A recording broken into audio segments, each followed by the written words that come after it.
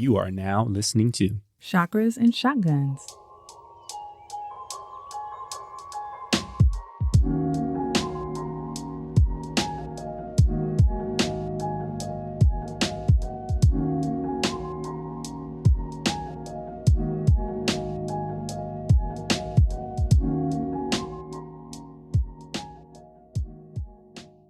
Welcome back to Chakras and Shotguns, episode 49.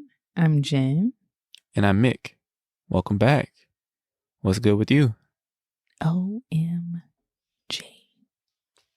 I had the privilege, the honor of doing my first human design reading with Eliana. Shout out to Eliana for trusting me with her chart. It was so cool, so interesting. I completely nerded out.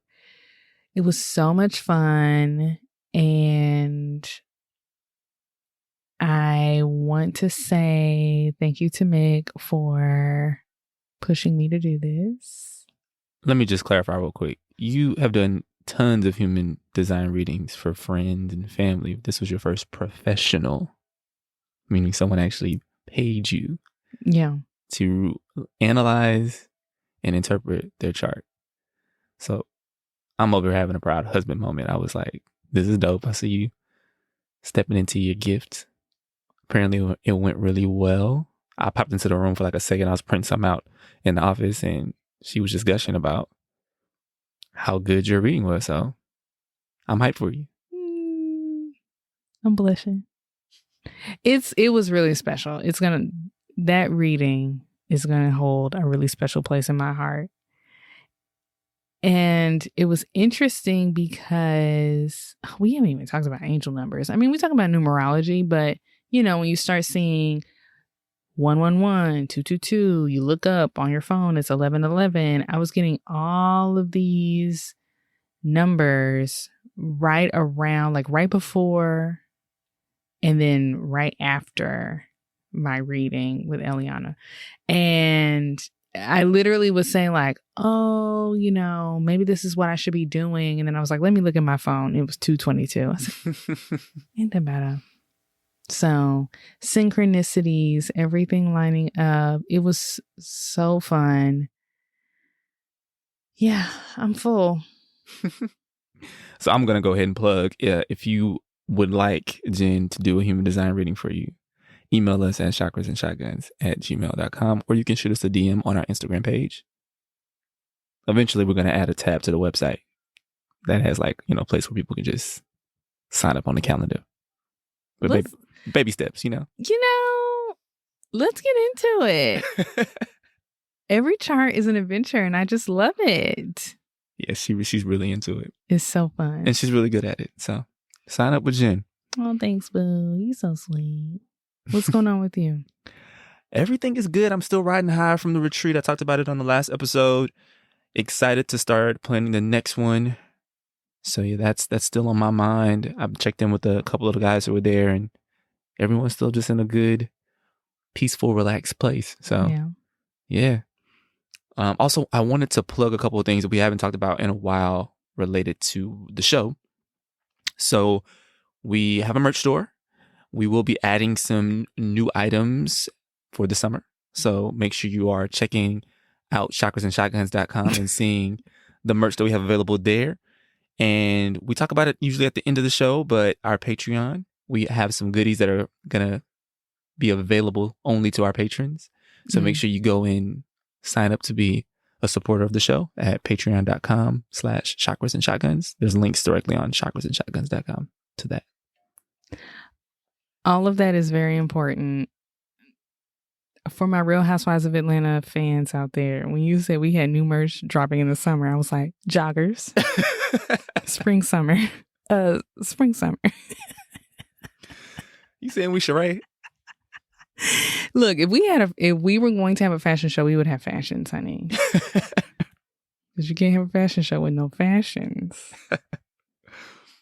Anyways, despite the fact that the current season of Real Housewives of Atlanta is not great, would you like to do some breath work? Yes, let's do that. I need some breath work right now. So, you know, I'm happy to be leading this week. So I think We mentioned it, how we're moving. There's a lot of logistics going on, trying to get this house that we're in sold, setting up things in the LA area for ourselves. And it just feels like, I don't know, I'm juggling like mad different things at once in my mind. And so I want today's breathwork to really just be about simplicity. We're going to keep things very, very simple.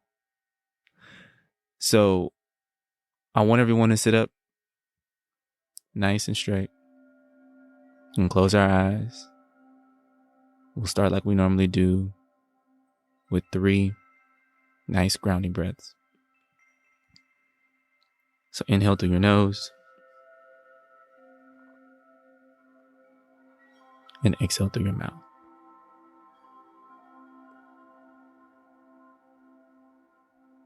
Inhale through your nose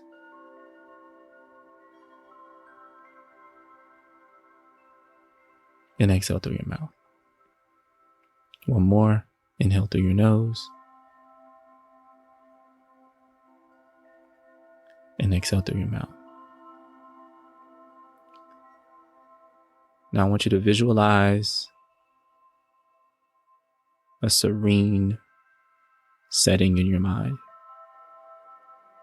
Maybe you've used this in previous meditations, or if you're new to this, I want you to find a setting that just brings you peace and calm and a feeling of ease and simplicity.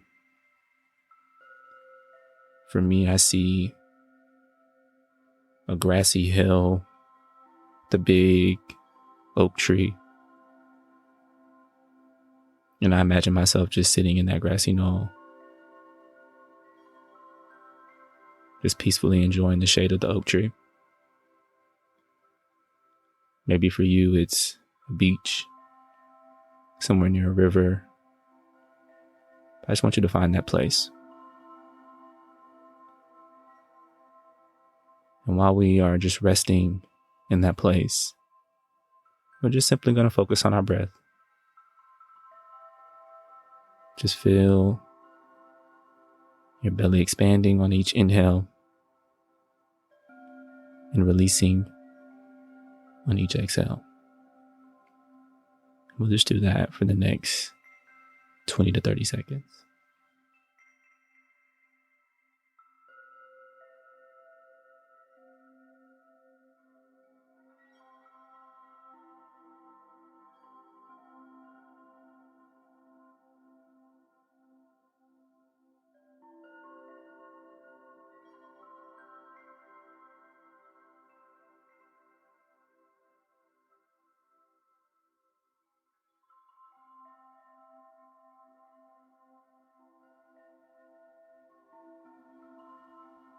All right, guys, slowly open your eyes.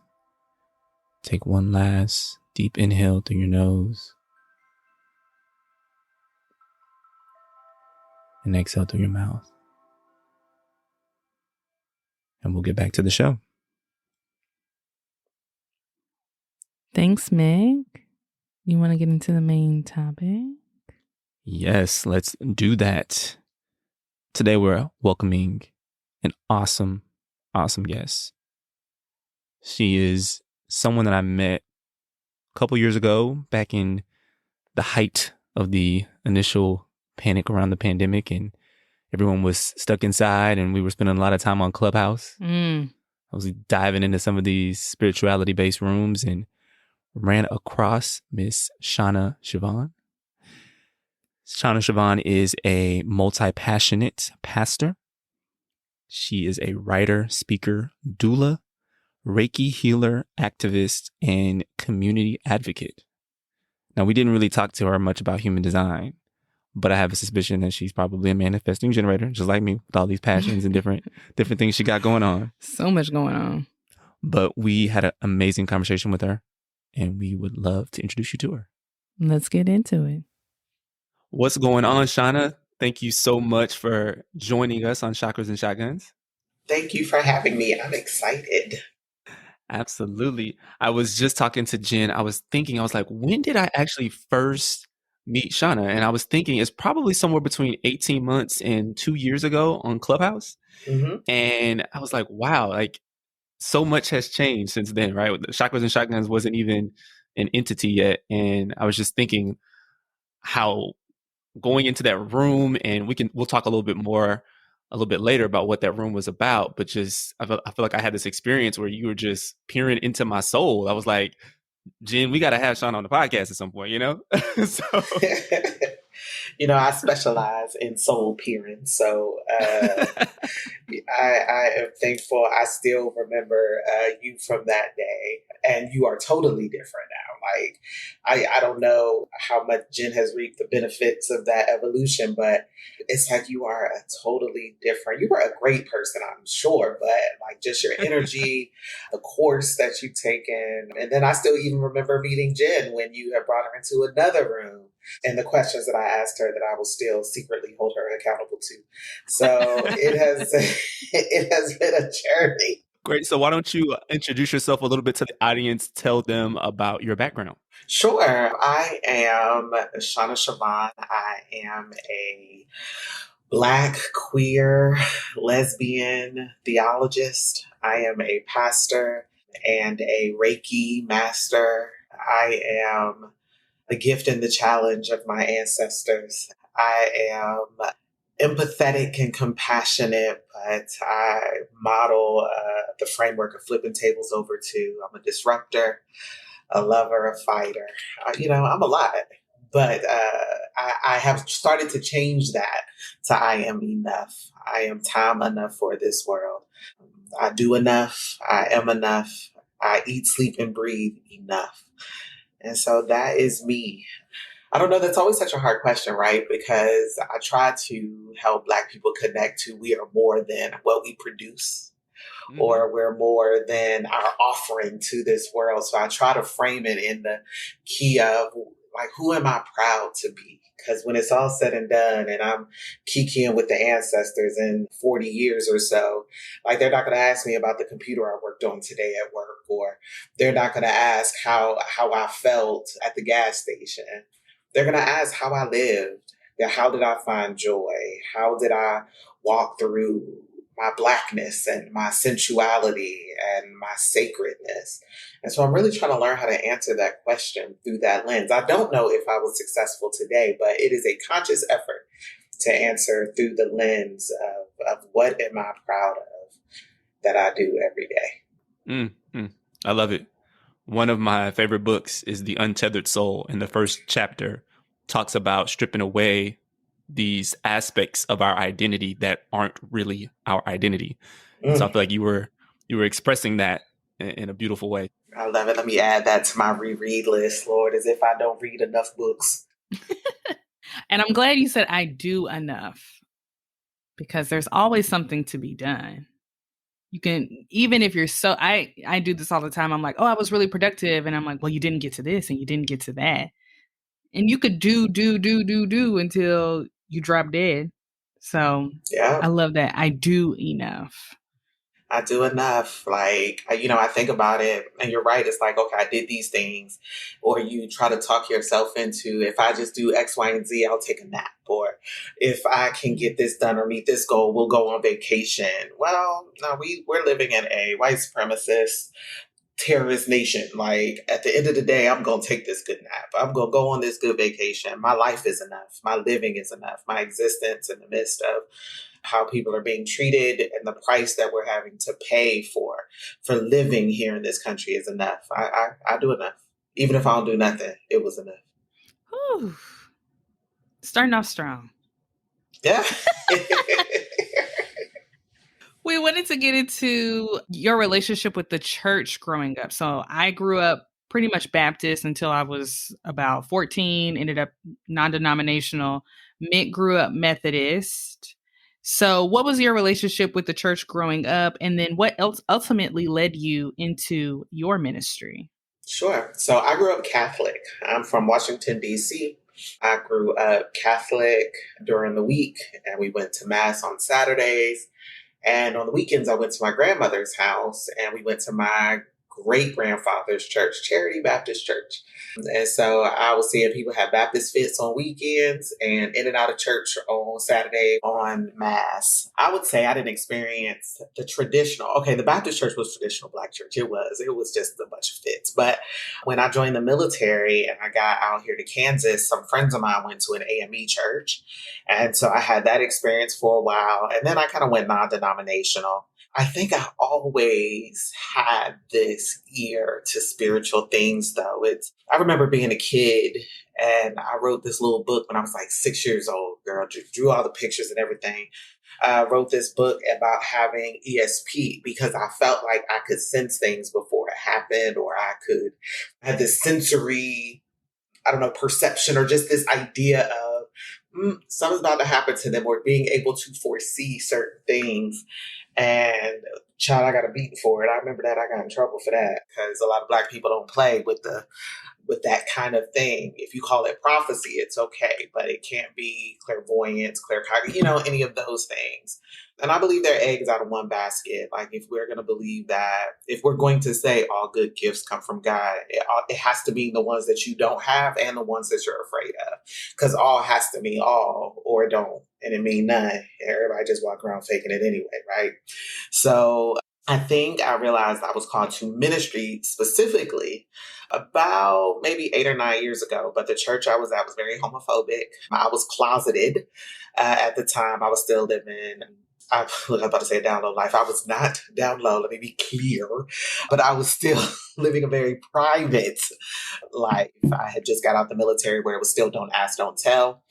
And so I have been told a lot that who I am is an abomination, that who I love and what I do is not only inappropriate in our heteronormative culture, but also in our Black spaces and our brown spaces and our spiritual spaces.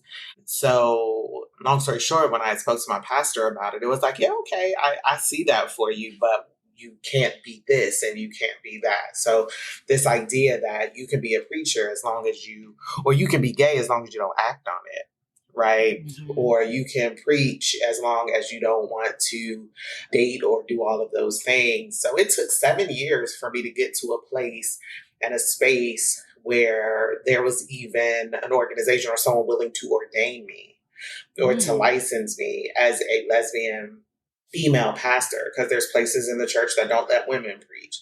There are places in the church that you can't be gay. And I said, well, Jesus, your church is the worst. Like, I don't even know why I do this anymore. But I think as with all things, there is an up and a down. And I think there are things from a Christian perspective, which I rarely say that I'm Christian, but I roll with Jesus though. But I think from a Jesus perspective, there's things of that life that are definitely worth following and what we need to do. But I think as Christians, especially here, we got it effed up. Like between the racism, the colonization, just some of those things, this idea of Christianity and what that is, it excludes, it abuses, it traumatizes. And I can understand why so many people be like, nah, I'll just keep doing what I'm doing over here. Like, there are people that'll risk hell rather than have to align themselves with some of these practices and doctrines that I find to be even worse. I'd love to unpack that a little bit. You said you rarely use the label Christian, but you are still rocking with Jesus. And so I think that kind of leads me to just want to know more about how your ministry is different from the more traditional ministries that Jen and I grew up with, and you as well. Sure. I call myself Rogue Radical Reverend. I'm the chaplain for the culture. We're going to talk about Jesus. God is my non-binary bestie. I talk about God as my mama. God is my daddy. God is my transgender best friend. I am the pastor that I needed. The pastor that I wish I could have told my truths to.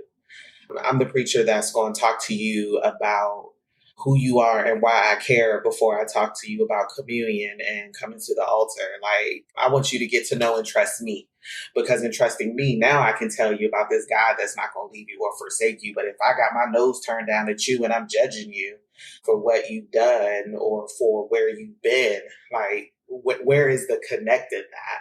So do I believe that there is power and hope in Christianity? Of course, sure. But I just believe we have polluted and prostituted the name of Jesus so much and pimped it for our own gain, and our own programs and sense of progress that people hear it and they're automatically disenfranchised. At the end of the day, the gospel was for the marginalized. The Bible is clear that we are supposed to be tending to the least of these. But when you can walk up into a grocery store and kill 10 of us and then leave with your life, I don't very much feel like you are here for me. When the choice of my body from the time of the transatlantic slave trade, when Black bodies have been used as cargo, and now we're talking about turning around Roe versus Wade, and the most impacted woman is going to be the Black woman. I just don't feel like your gospel is for me. Like, America is not a Christian country. America is not a Jesus-ran country. And so I try to preach a gospel that is inclusive, that is affirming, that is open, that recognizes that there are other ways and other belief systems that people may practice, that meditation ain't the devil, that sometimes you got to quiet your mind, that if you need to go ahead and get that anxiety medication and take that good Lexapro, then you better go ahead and take it, and take 2, maybe you need the 20 milligram dose so that you can function, that you need Jesus, a therapist, a psychiatrist, a doctor, a Buddha, a Zen retreat, a monk. I don't care because I believe that our spirituality has to be carried out in a sense of practicality. And we really have to fight for these nonlinear models of religion, these nonlinear models of spirituality. Because at the end of the day, if I want you healed, I can't control how that happens. That's beautiful. Why do you think the church as a larger body is so fearful of welcoming this idea? I mean, what you're describing is so beautiful. I'm just wondering why it's so hard to get others to adopt it.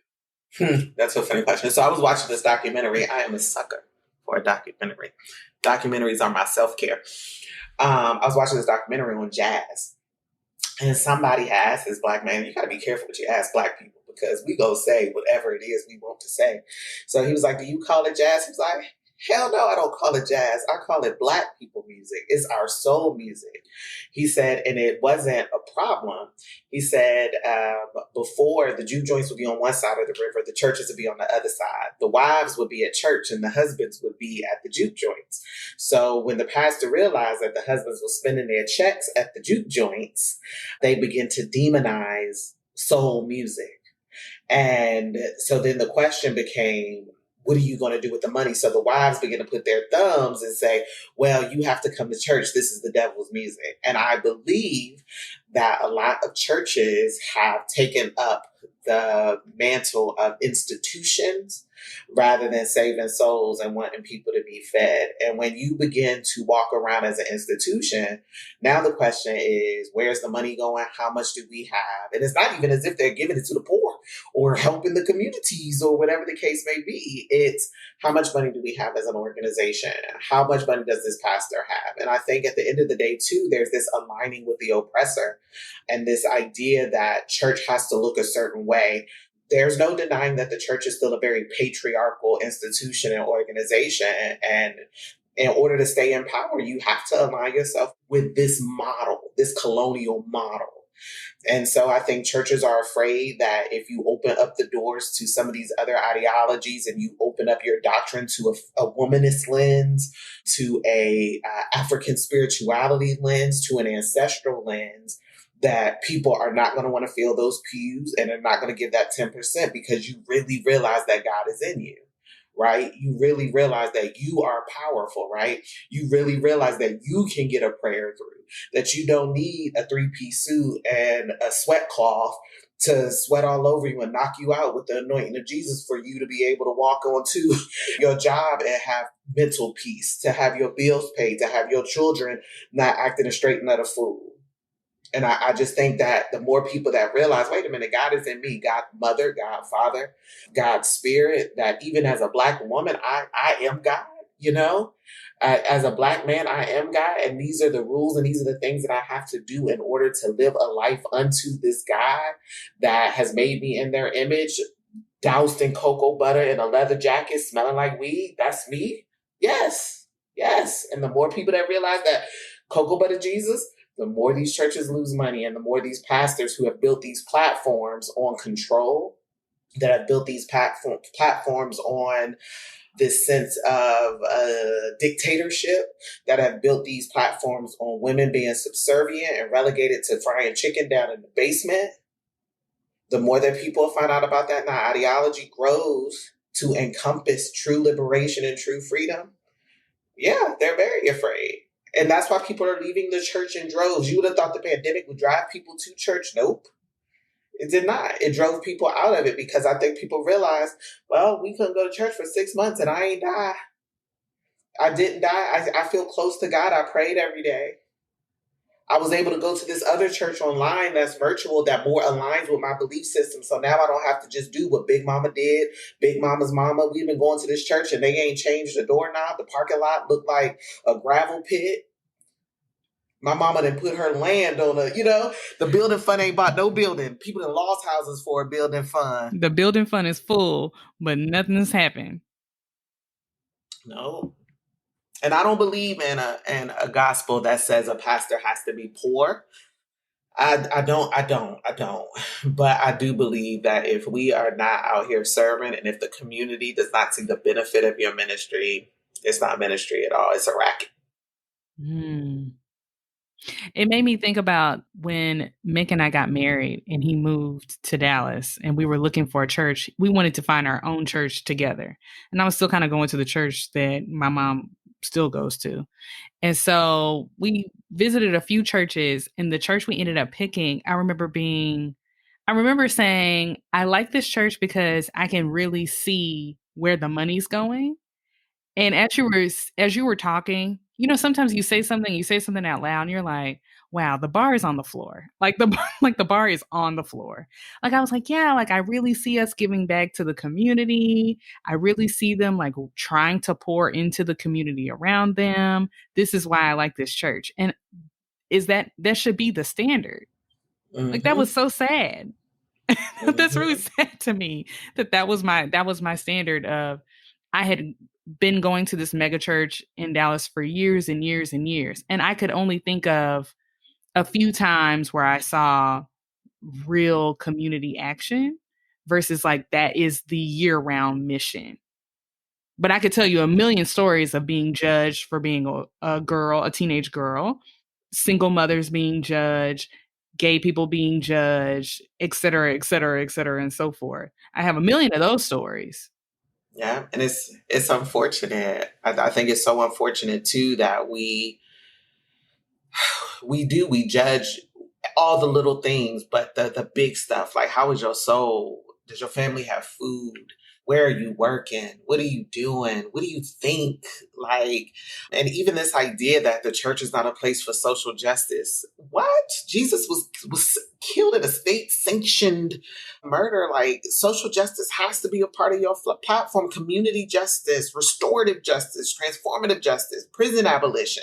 Like, these things have to be stuff we talk about as Christians, as spiritual people, like even in this entire spiritual community. Like it can't all be crystals and ill-gained sage. Like it can't. It can't. One thing we talk about in our spiritual journey, making our spiritual journey, a big part of that was our trip to Ghana. We went for the year of the return and we came back, and it was actually interesting to see us both very tentatively talk about how the trip kind of mess with our heads a little bit about being Christians and being in Africa and seeing their spirituality and what that looks like, going to the gate of no return in Ghana, where a lot of slaves left to either go to America or die on the journey there, and realizing that we're Christians, the history of us being Christians comes from a place of pain.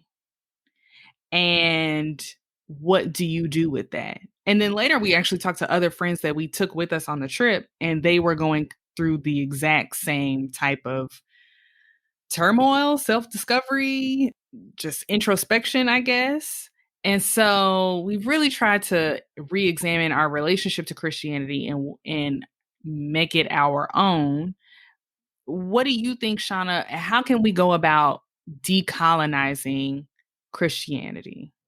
Oof. I think that is an important part of everybody's journey. First, I'll say any belief that doesn't allow for critical analysis is not worth having. So often we're told we shouldn't ask these questions. But again, if God is this omnipotent and omnipresent and omniscient God, then there should be no question that we can't ask, right?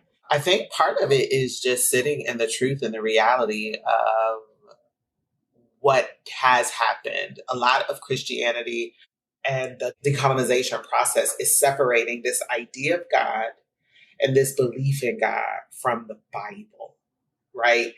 Because some of it is not so much that we question this belief in God, this creator, this divine being, this all knowing spiritual source. It's what the 66 books say in their English translation that God is.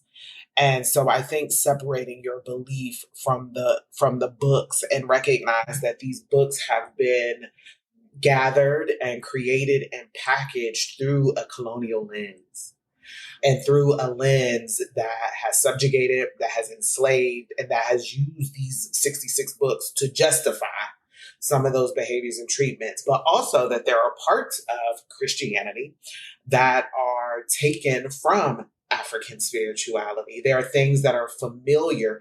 This idea of a triune God, this idea of this Father, Son, and Holy Spirit, this concept of the three in one or this Godhead is very much taken from African spirituality, where they are not monotheistic. They believe in these variety of gods and this variety of things. So I think the truth is just being able to hold space for a framework that recognizes and understands how we got this version of Christianity that we have now, and that it's okay to separate God and what you believe and critically look at the text and take what makes sense and take what feeds you. My grandmother used to say, take the meat and leave the bones, right? You take the part that feeds you and you continue to explore and go on a journey and find that thing that works for you. Now, some people are going to listen to this podcast and be like, ooh, stone her. She is a heretic. Get the stones. Do you have stones in your go bag? And that's okay. And that's okay. But I think decolonization starts with recognizing, like, the main Bible that people use is that raggedy King James one. And I've been to churches where that's the only Bible they wanted to allow. King James wasn't right enough for us. Like, the slave masters took parts of the Bible out where slaves escaped. Like, so I get it. While a lot of Black people be like, no, I'm not rolling with that. But you got to realize Jesus didn't write the Bible. God didn't even write the Bible. And from an inspired by man position, how many times have you been inspired and manipulated something for your benefit or manipulated something for the culture that you're in? You could go write a paper right now and it's going to be culturally relevant and it's going to speak to whatever the current situation is. That Bible speaks to a lot of situations that aren't even the case anymore. So being able to look at it in the context of what it was supposed to be, it's stories. It's supposed to be inspiration. It's not supposed to be something to slap you in the face with. They say, oh, well, homosexuality, for example. Well, it says here that you can't be a homosexual. No, the original text was talking about pedophilia. But it also said you can't mix cloths. But I see people in cotton and linen all the time. So you just go, so what you gonna wear tomorrow? So why did one thing make it through and the other thing didn't? So just being able to apply a critical lens, do the research for yourself. Don't just be sitting listening to Dr. Umar and wondering and hoping that you're gonna get all your answers from there. Figure it out. Find reputable people with sources. Listen to Black people about Black issues. Listen to African people about African spirituality. Listen to Muslim people about Islam and take the time to really go to the source. Listen to indigenous people about Turtle Island and what it's going to take to restore this land back to what it needs to be for us to live on it in unity. That context is crucial. I think for some people it can be overwhelming. And we see this not only with religion, but just politics, vaccines, like people not do your research. A lot of people are like, I don't know how to do that, or that's overwhelming, or it's easier for me to pick someone that I can trust and not examine whether or not I should trust that person and go from there. But TikTok is an interesting source. I find out all kinds of stuff about the Bible on TikTok. I say that all the time. People be sleeping on TikTok because it do be some foolishness. Yeah. My TikTok algorithm right now is shambles, but it go from preacher to drag queen to it just be anything because I just be cracking up and stuff. But TikTok will help you figure out your ADHD. TikTok will help you figure out your church life, your spiritual life, your bougie or the budget life, your organizing life. But again, but I think what it does is that takes power from this handful of influencers, preachers, theologians, academics that think they gatekeep all the information. And it puts it in the hand of the person who's in their living room who could be just as touched, anointed, intelligent, but didn't have an opportunity to have some of those same things that those national and international platforms have.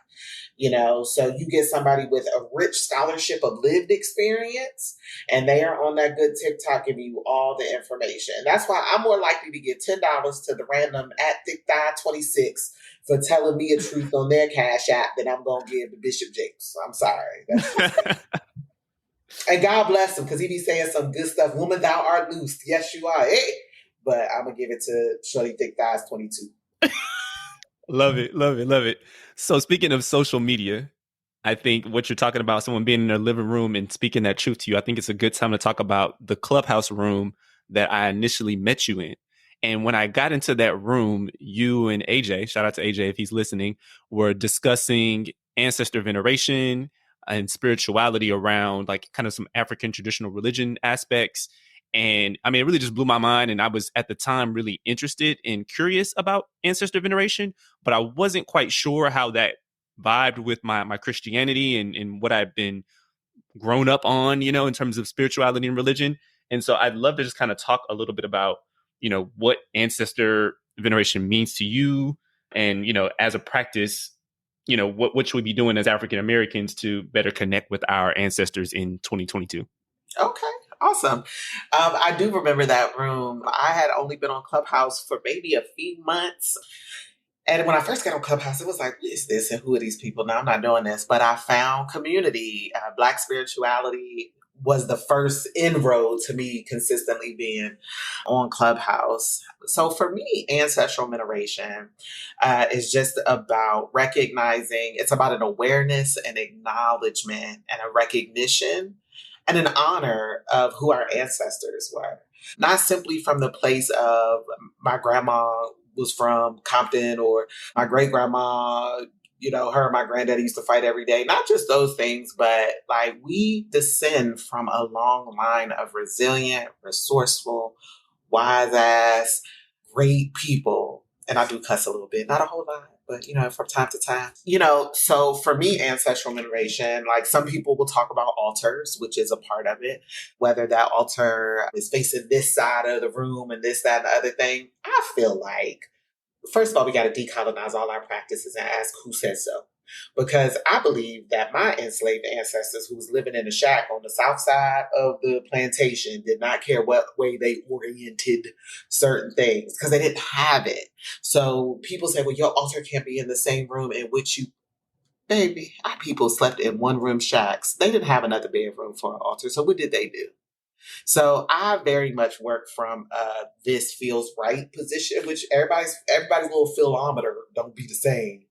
But I do believe, first and foremost, if you're going to do ancestral veneration, that you need to be wise about it, because some of your ancestors were some jokers, and you don't want to be accessing and playing with some things that you don't understand, that you don't know about. So find you practitioners who really understand dealing in ancestral realms and dealing with ancestral veneration.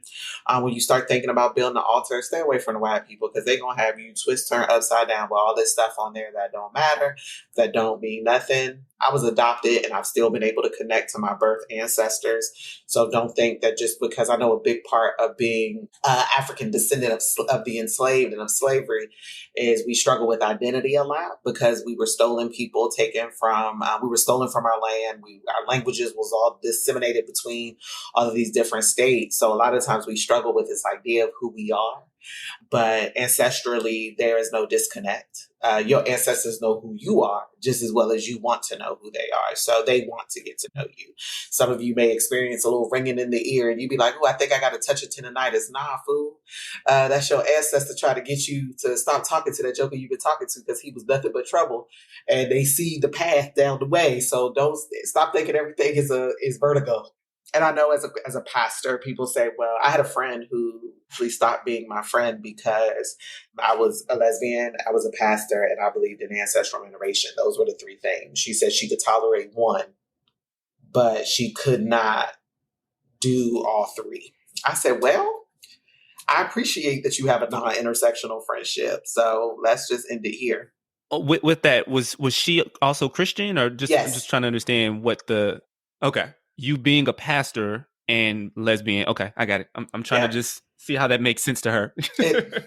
So it was okay that I just be a lesbian as long as I was just out here, right? But it was different that I was a lesbian and a pastor. So now I guess I'm shepherding flocks or I'm ministering to people. But it wasn't a problem when I had to minister to her.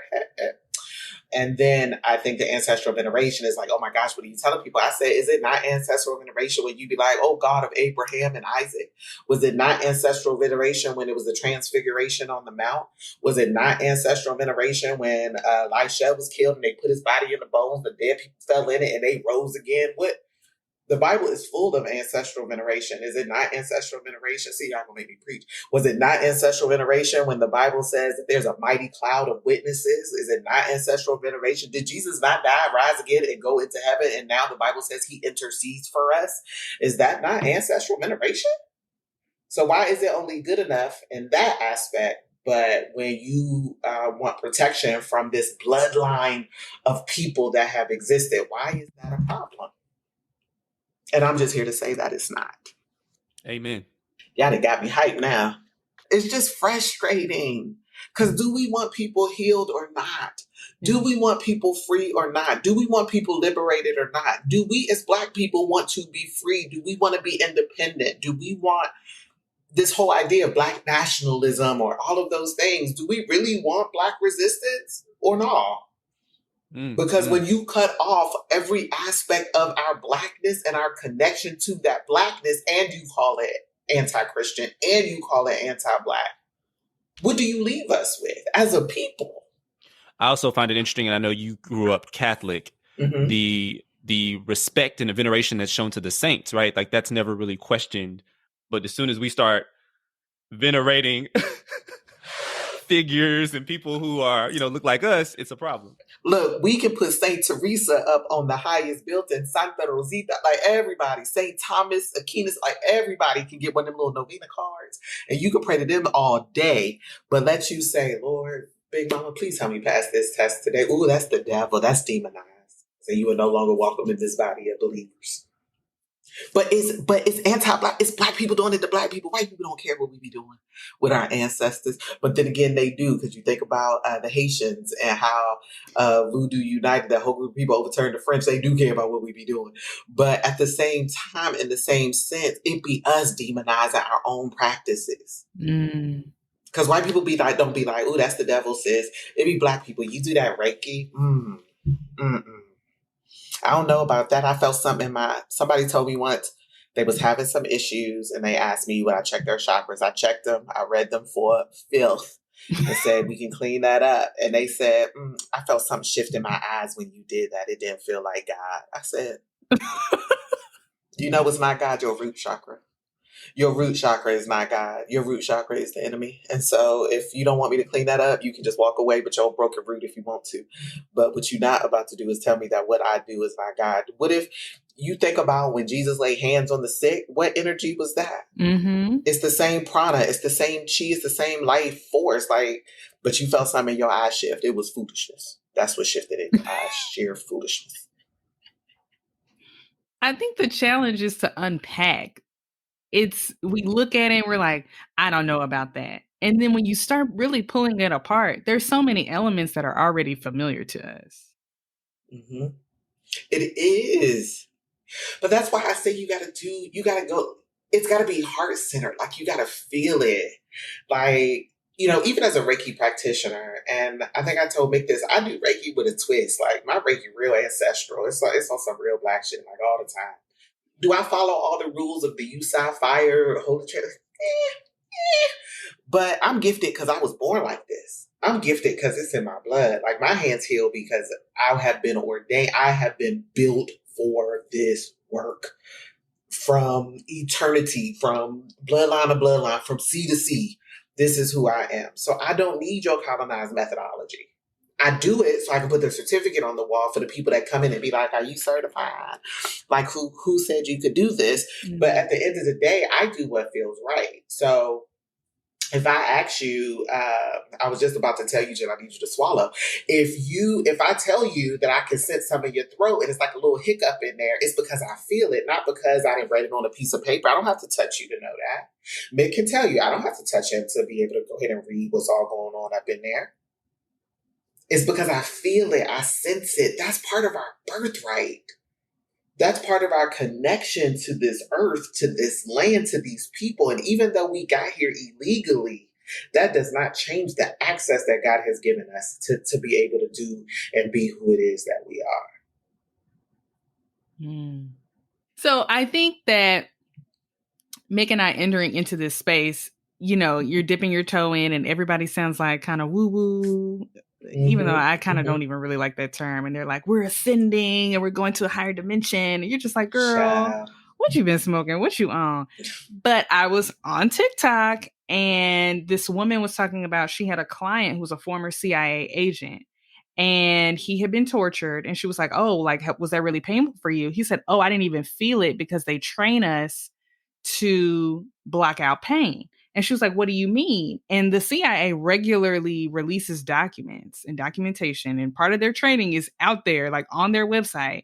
And they teach their agents about sound frequencies and to repeat numbers that have a certain frequency to block out pain.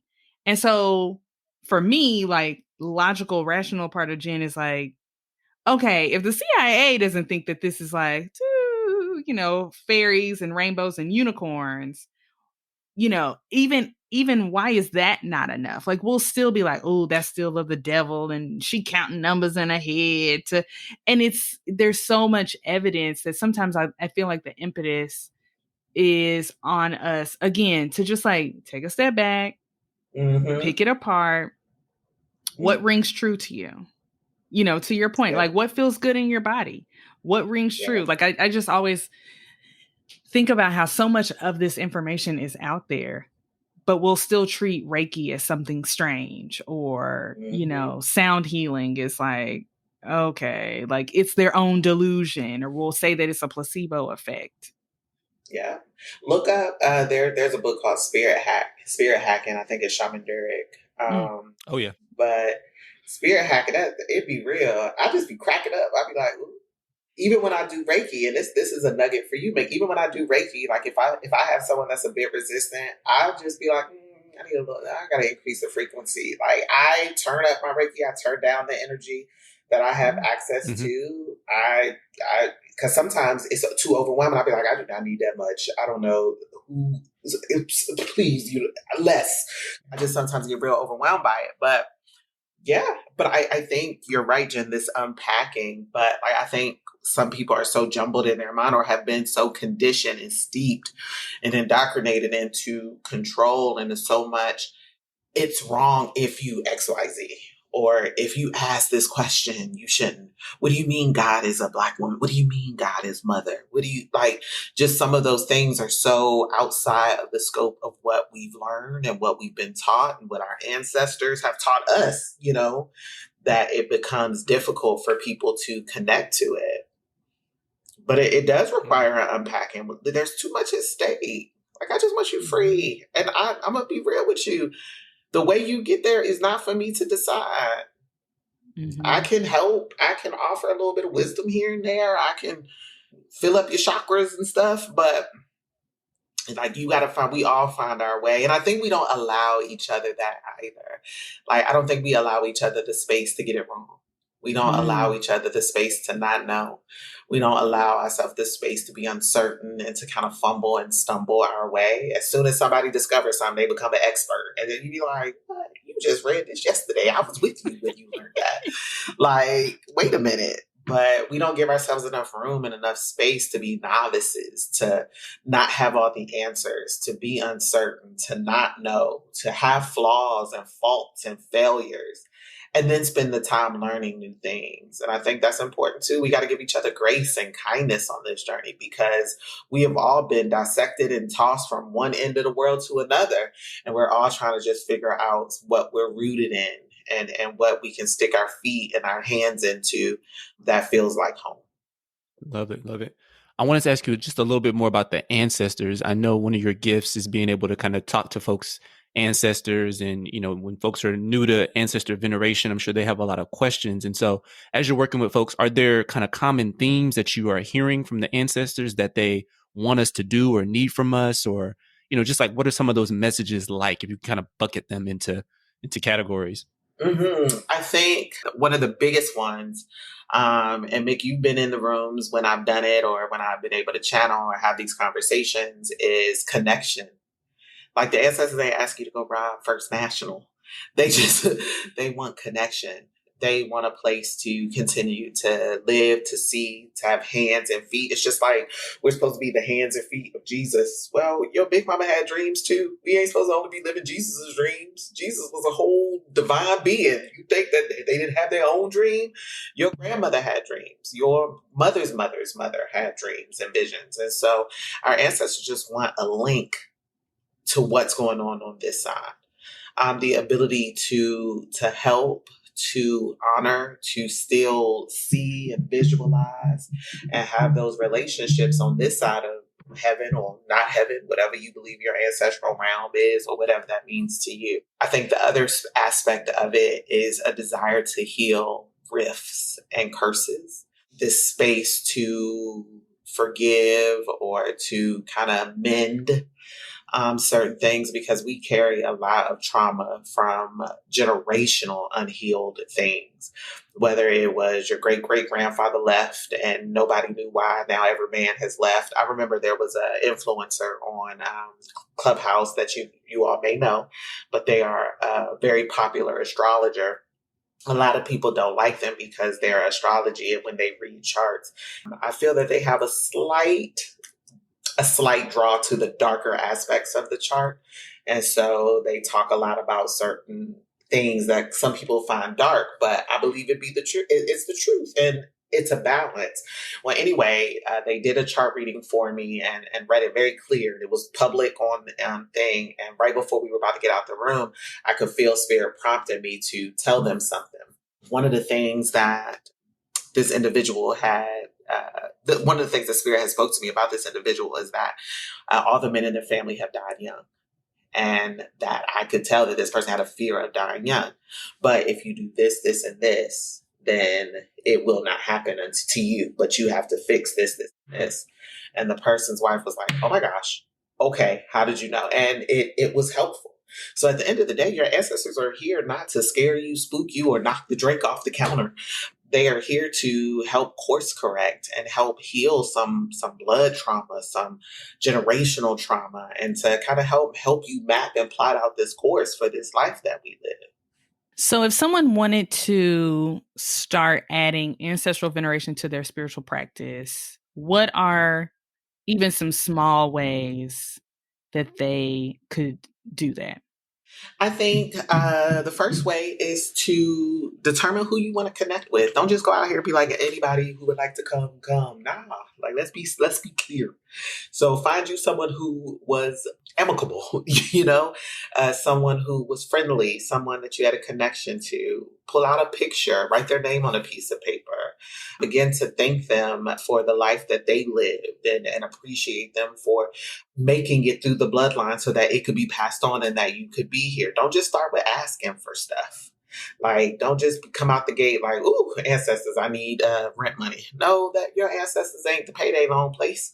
They not speedy cash. Like, slow down. There first has to be honor and thanksgiving and maybe an offering. before you start. There are elements to an altar when talking about ancestral veneration, earth, some type of dirt, some type of living thing, whether you have a candle for fire, for smoke, incense, or something like that, water, a liquid. Like there's certain elements that need to be present to ensure like comfort and comfortability. If you know they smoked a certain pack of cigarettes, make that an offer and put that up there. See if Uncle Gene come and sit with you for a while, and then be open. Don't be all scary. If you gonna be scary, don't do it. It's okay. Like this ain't for everybody. So if you gonna be sitting in a house like it's Friday the 13th, ancestral veneration in this way is not for you. Just thank Jesus and go on to church. But if you feel like your fortitude and your conscience can hold, if that strong wind come and blow out the candle and you're not going to run away, burn the house down and get to grab the kids, then maybe ancestral veneration might work out for you. So earlier in our conversation, we talked a little bit about African spirituality, deities. On the show, we talked a little bit about spirit guides, just a little bit. We're trying to ease the listeners in. But as a pastor, you're also in this esoteric spiritual space. What is your worldview, spiritual view of God and them? Like, who's all in the them? I like that. So for me, I think it takes multiple forms. To me, I am old school in the way of, in the beginning was God. In the beginning was the Word. I do believe that God created this universe. I believe that God is spirit. I believe that God is true. I believe that God is not just simply this patriarchal Father God that so many people make them out to be. I believe that I was made in the image of God. So that means God has to present themselves as a Black woman. I believe that God is mother and nurturer. I believe that the Holy Spirit is divine and cosmic, that it's astrological and placed in the stars just as everything else. I believe that God is non-binary. I believe it breaks God's heart every time a trans person is killed or murdered or disregarded, because God is a trans being too, transcending time and gender and place and space. So yeah, my mother died when I was 7. I believe that she is with me every day. There are times when I'll be walking and I can feel her loving me in the breeze and the whistle of the leaves of the trees. Yeah, I believe that it's all of that and more. I believe someone else is sitting on the other side of earth and they're thinking about Buddha in the same way. And I believe we have to give them room to feel that, to think like that. And if we get in the same space, that the God in me that I call Christ and that I call Jesus and that I call Father and Mother can still align with the God in them that they may call Buddha or Jehovah or whatever the case may be. And so I believe we all have to define what that is for us through the lens of love, through the lens of liberation, through the lens of freedom, and through a radical lens of what it means to rest, to have hope, to find peace, and to have joy. Mm-hmm. I love that. I think what I thought of as you were speaking, I'm in a metaphysical Bible study right now, and what one of the organizer, he talks about how there aren't 5, 6 whatever major religions. There's over 7 billion religions. We each have our own individual religion that we subscribe to, and how we connect with God is unique. Yeah, I totally agree. And but isn't that beautiful though? Like if I, a fully formed, faith-filled, believing being, can connect with you, a fully formed, faith-filled, believing being, think about the love that can exist, even when we disagree, even when we don't share the same value regarding certain things. Not talking about my oppression, because if it's about my life, liberty, and pursuit of happiness, we can't even be friends if you don't share those values. But I'm just talking about on some of these other things. But it's this idea that there's only one way, or that to do it any other way than what is traditionally aligned with religion, that gets us and that puts us more in these oppressive systems than ever before. Shana, you are dropping a lot of knowledge on us. We really appreciate it. And I'm sure a lot of folks are going to sign up to follow you on social and whatnot. Before we go, though, we have to ask you our bug out bag question that we ask all of our guests. So kind of beyond the basic things, your water and your food and your blanket or whatever to stay warm, those are kind of the basics. What is like one unique thing that you yourself absolutely need to have in your bug out bag? I feel like I need a Kindle with all the books on Earth loaded into it. Yeah, literature and my coffee creamer. And I gotta have my zero sugar Italian sweet creamer. But yeah, I gotta have information. I gotta have it. Like if we all gonna perish in this zombie apocalypse, or we all going off the grid, somebody gotta bring the library. I'm gonna be the town historian because I'm gonna have all the books. I love it. I love it. So Shana, thank you so much for being on our show. If people want to connect with you, where can they find you? I am Shana Chivon on all platforms. So ShanaChibon. I'm really falling in love with Twitter again. I've been having a really good time on Twitter. And the Twitter algorithm, I think, is the best one. Because let me tell you something. If you see a bird you like and you heart that bird, you will see that bird 20 times. Like it really keeps a good track of what you like in the conversations you want to be a part of. But I'm on Instagram and Facebook. I love to chat. There's no question too big for God, and I am not above a little bit of discourse. I will not be disrespected, but I do love to have genuine, authentic conversations. So yeah, hit me up. I'd love to talk. Thanks again to Shana Chivon for joining us on the show. We loved hearing her very unique perspective on spirituality and where that meets religion and how she's reaching her community and what it all means to her. I loved it. Mm-hmm. Last week's episode was on fear. Mm-hmm. And I was going to have this whole rant, discussion. I think rant's appropriate. Monologue about fear in the church. Because we were talking about common fears and fear of success and fear of failure. But let's get into like how the church, how religion, organized religion, I'm not trying to attack the church. I'm trying to be nice. How organized religion cultivates fear. What's the word that I'm looking for? It's like it stirs it up. Stokes. How it stokes fear. And just really breaking down.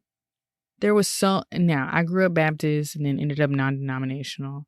And there was so much talk about the fear of God, the fear of God, the fear of God. And sometimes pastors would try and introduce this nuance of like, well, it's not like you're scared, but you should be. That's what they always would say. It's not that you're scared because but you should be, but it's more about respect. Mm-hmm. And they tried to put this nuance on the word fear. Mm-hmm. And like now knowing what I know and how low vibrational that word is, for one, I don't think it belongs in the same conversation. Mm-hmm. If we're talking about an immensely powerful, an immensely loving entity, mm-hmm. deity. And so I think when I was thinking about this, and when you think about how fear shows up in traditional Christianity, it's usually used as a weapon, mechanism of control, right? If you fear what God is going to do to you, are you going to allow yourself to love and be attracted to the person that you want to love? Mm. It's like all supposed to keep you in line. Mm-hmm. If you don't do this, if you do this, you're going to get in trouble. Mm-hmm. If you don't do exactly what I tell you to do, the repercussions. Oh, the repercussions. And you see these people who are just stuck, scared. And is that a way to really live our life? But if I'm scared to move because I'm scared of going to hell, how do I know what's right or what's wrong? I guess I got to show up every Sunday so you can tell me what to do. I guess when I start unpacking fear in the church, it's like, it's very much so an indictment of like what could be psychological manipulation. No, I feel you. Versus, and this is like to show that I don't just like beat up on the church, compared to if we approach God from the other side and we approach God from love and light and creation and wisdom and bringing communities together, and you know what I mean? It's not about, and I'm not talking about like necessarily prosperity preaching, but if you allowed yourself more so to get caught up in and overwhelmed by how pure and of light and how powerful God is, wouldn't that be a really self-affirming experience that God created you and knew exactly who you were and who you were going to be and loved you for all that was, including your shadow self, because God knew exactly what that was going to look like?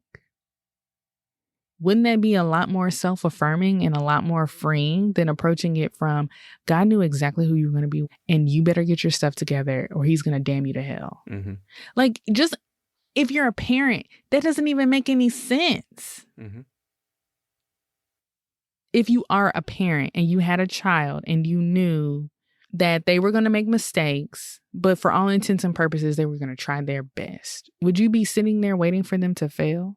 To damn them forever? Like, it don't make no sense. Why would I waste my time? I don't create things to watch them fail. I think we should end on that note. Whew. As always, if you have a question, if you'd like a human design reading, please email us at chakrasandshotguns@gmail.com. You can also find us on Instagram and YouTube. If you'd like to join our Chakras and Shotguns community, you can support us on Patreon. You can also find us on TikTok. And finally, if you're loving the show, please subscribe and give us 5 stars wherever you listen. Namaste.